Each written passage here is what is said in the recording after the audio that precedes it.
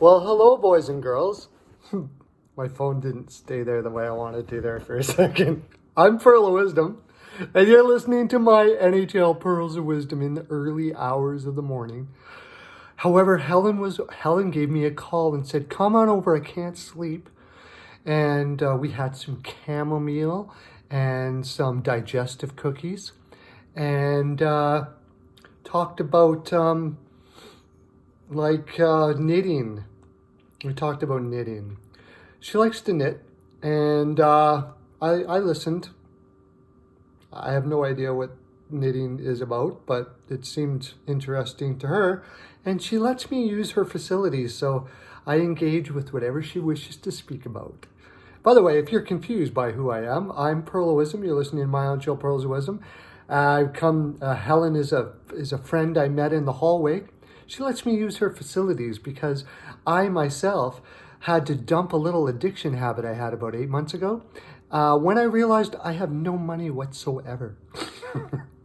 So I had to live in some little place with a lot of people that gives me very little privacy to do this fine programming for you, but doesn't stop me. It doesn't stop me. I keep on coming back. We keep on clawing away. And we're creating such an amazing energy that what's happening is people are subscribing, hitting the bell, and watching lots. And we're going to become some YouTube sensations. I'm going to get a shirt. I enjoy the frolic, just so you know, if you haven't heard, any of you. I'm going to get a shirt that says, "There will be frolic." We're going to make them up. I should get a little donation thing, but I don't know how to do it. And we can do this. And if you donate, I'll send you shirts or something. That's an idea. So in the comment section, let me know if you know how to do such a thing. And we'll do this together, won't we? And I'm going to come to your town. We're going to come to your town in the YouTube sensation jet. And we're all going to get together and go to games and frolic. And of course, on the 15th, December 15th, is Pearl of Wisdom Day. We all know. We get our Pearls of Wisdom necklaces. If you don't have a Pearls of Wisdom necklace, put it down in the comment section. I'll send you one. Or you can go down to any store. Just go down to your Walmart or whatever and just ask them for the pearl necklace section, I suppose. And purchase one yourself if you wish. And make sure you have them for December 15th, where we sing the Perlo song and do the Perlo dance and, out in the fields and fireworks and all that. Be prepared is what I'm trying to tell you. Okay. Right. Yesterday we were 7 for 12, which isn't the most greatest thing in the world, but, a lot of the picks were some finest in the land. They were really good. For instance, if you were to have taken the Canadians over the Penguins, you would have made some pretty good money. If you take the Sabres over the Blues, I think you were doing well. The Wild and the Ducks, I think I was putting that on a coin flip anyways, and the Ducks happened to pull through. Yeah, I don't really worry about that one too much. We had Jets over the Red Wings and an over. I don't think it did end up going over. It was close. I don't know if you're betting on the Jets on that game because you're not getting much, but it was guaranteed money. Personally, if I'm betting, I'm taking that guaranteed shit. Why not? Stars versus the Devils, we had that right. Canes versus the Oilers was not correct, but I was on a fade on that, wasn't I? I did. I hope you did fade it. I was leaning to the over, and it was over though. So. Flames versus the Yotes. This is amazing. The Flames played in Colorado, flew to Arizona, played overtime in Colorado, flew to Arizona, tough game, and spanked the Yotes. If I'm Rick Tocchet right now, I'm losing my shit. I know that Calgary is on fire right now because of a new coach and all that, but you got to put out a better effort. I watched that game and that's not the kind of effort we're expected from the Coyotes. So Blackhawks, Golden Knights nailed it. The one that really hurt me was my gut said the Kings and I went with my head. And of course we lost. Okay, I got a letter here. Oh, no, I want to talk about Ed Card. Thank you, sir. I hope you're still frolicking with your friends. Ramo Potts, thank you for your contribution in the comments section. It's always well appreciated. And Hugh Tahub also had it in the gut area that the LA was going to win yesterday. Called it early, and I don't know if he bet it or not. Let me know. Let me know, sir.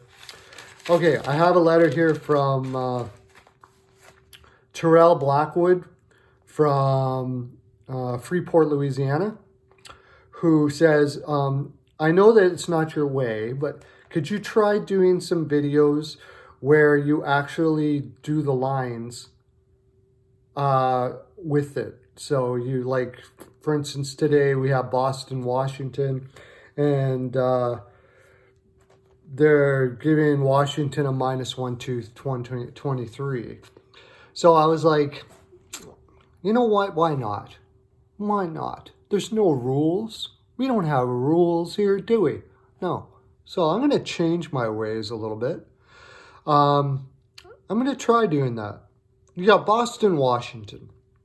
Washington, of course, is coming off that brutal loss where they just looked like shit. And we had the big kerfuffle. I did a video about what happens with teams and they come off the road and situational concepts of why I took Washington there. Put it up yesterday. Take a look at it. It's very informational, I would say.